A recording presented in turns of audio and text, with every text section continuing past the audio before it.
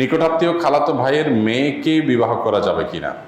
নিকটাত্মীয় খালাতো ভাইয়ের মেয়ে, তাকে বিয়ে করাতে শরঈ দৃষ্টিকোণ থেকে অসুবিধা নেই, শরঈ দৃষ্টিকোণ থেকে সমস্যা নেই, কিন্তু স্বাস্থ্যগত কোনো ক্ষতির কারণ আছে কি নেই, সম্ভাবনা আছে কি নেই, এ বিষয়ে সংশ্লিষ্ট বিষয়ে যারা ডাক্তার আছেন, বিশেষজ্ঞ আছেন, তাদের সাথে কথা বলতে পারেন।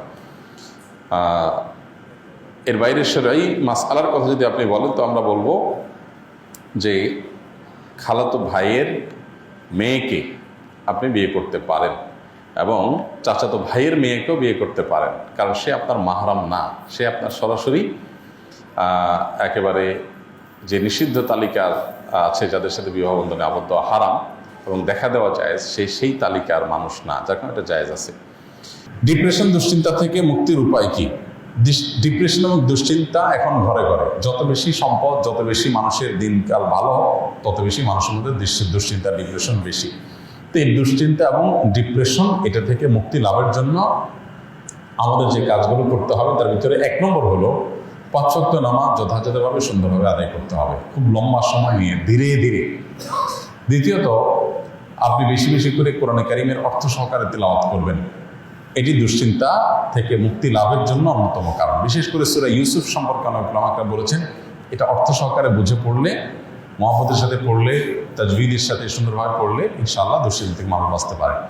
তৃতীয়ত, দুরুদের আমল, এ সম্পর্কে হাদিসে পরিষ্কারভাবে আমাদেরকে নবী সাল্লাল্লাহু আলাইহি ওয়াসাল্লাম নির্দেশনা দিয়েছেন যে নিয়মিত যদি কেউ দুরুদ পড়ে, সবসময় দুরুদ পড়ে, তো আল্লাহ তাআলা তাকে দুশ্চিন্তা মুক্ত করেন।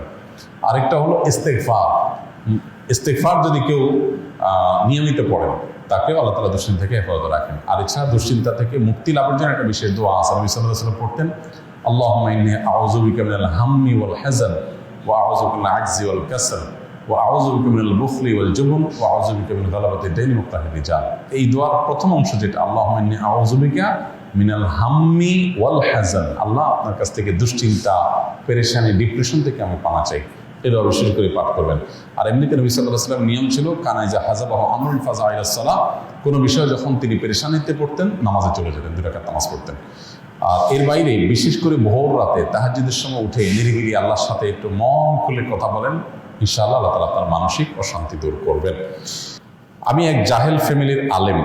আমার পারিবারিক অবস্থা এমন যে কেউ কারোর সাথে একান্ত প্রয়োজন ছাড়া কোনো কথাই বলে না। তবে গত 2-1 বছর আগে নিজে থেকে আগ্রহে সবার সাথে হাসি খুশি মজাক করার অনেক চেষ্টা করি, কিন্তু মানুষ তো অভ্যাসের দাস, সেই হিসাবে তাহার হয়ে ওঠেনি। এক্ষেত্রে আমার করণীয় কি? দেখুন, আমরা সবসময় বলি যে পরিবার যদি পরিপূর্ণ দিনদার না হয়, তাহলে সবাই আসলে দিনের উপরে চলতে পারে না, খুব কঠিন হয়। এখন পরিবারের যদি বেশিরভাগ সদস্যই জাহেল হয় বা দিনের ছোঁয়া থেকে দূরে থাকেন, তাহলে তাদেরকে আমরা দিনের পথে আনার জন্য চেষ্টা করতে পারি, কিন্তু হেদায়েতের মালিক কে? আল্লাহ। আপনি চেষ্টা করতে পারেন, আল্লাহ যদি হেদায়েত না লেগে থাকেন তার নসিবে, তাহলে আসলে সে হেদায়েত পাবে না। এখন চেষ্টাগুলো কিভাবে হতে পারে? কয়েকটা ওই হতে পারে। নাম্বার 1, নিজেদের সুন্দর আচরণ, উত্তম ব্যবহার, উত্তম আখলাক দিয়ে আপনি তাদেরকে আপনার প্রতি আকৃষ্ট করতে পারেন। অনেক ছেলে আছে বাবাকে দিনের দাওয়াত দেয়, বাবা কথা শোনে না, হয়তো তার বাবা টাকা পয়সার জন্য স্ট্রাগল করছে, তো আপনি তাকে দাওয়াত দেওয়ার জন্য অনেক বেশি সিরিয়াস হয়ে যান, হালাল উপার্জন করে বাবার অভাব দূর করে দেন, তখন দেখবেন বাবা আপনার কথা এমনিতেই শুনবে। তো এইভাবে পরিবারের সদস্যদেরকে বৈধ উপায়ে তাদেরকে কনভিন্স করার চেষ্টা করতে হবে। এর বাইরে তাদেরকে হেদায়েতের জন্য আল্লাহর কাছে চোখের পানি ফেলে দোয়া করতে হবে। আমরা অনেকে শুধুমাত্র ওয়াজ নসিহত করে ছেড়ে দিই, আমি আল্লাহর কাছে দোয়া করবো, আসল তো তার দিলের মালিক আল্লাহ তাআলা। আবু হুরায়রা রাদিয়াল্লাহু তাআলা আনহুর মা মুসলমান ছিলেন না, তিনি মুসলমান হওয়ার কারণে তার মা তাকে শারীরিকভাবে টর্চার করতেন, কিন্তু মা যেহেতু কিছু বলতে পারতেন না, নবীজির কাছে এসে দোয়া চাইছেন, হে আল্লাহ রাসূল, আপনি একটু দোয়া করে দেন আমার মায়ের জন্য। আল্লাহ তাআলা দোয়া করেছেন, আল্লাহ আবু হুরায়রার মাকে আপনি হেদায়েত দান করেন। তিনি পর্যায়ে দেখেন তার মা ঈমান আনার জন্য প্রস্তুত হয়ে বসে আছেন। তো এই জন্য হেদায়েতের জন্য পরিবারের সদস্যদের নামে খুব সিরিয়াসনেসের সাথে, খুব আন্তরিকতার সাথে, খুব কায়মনোবাক্যে আল্লাহর কাছে চোখের পানি ফেলে দোয়া করতে থাকেন, তাদের নাম ধরে ধরে।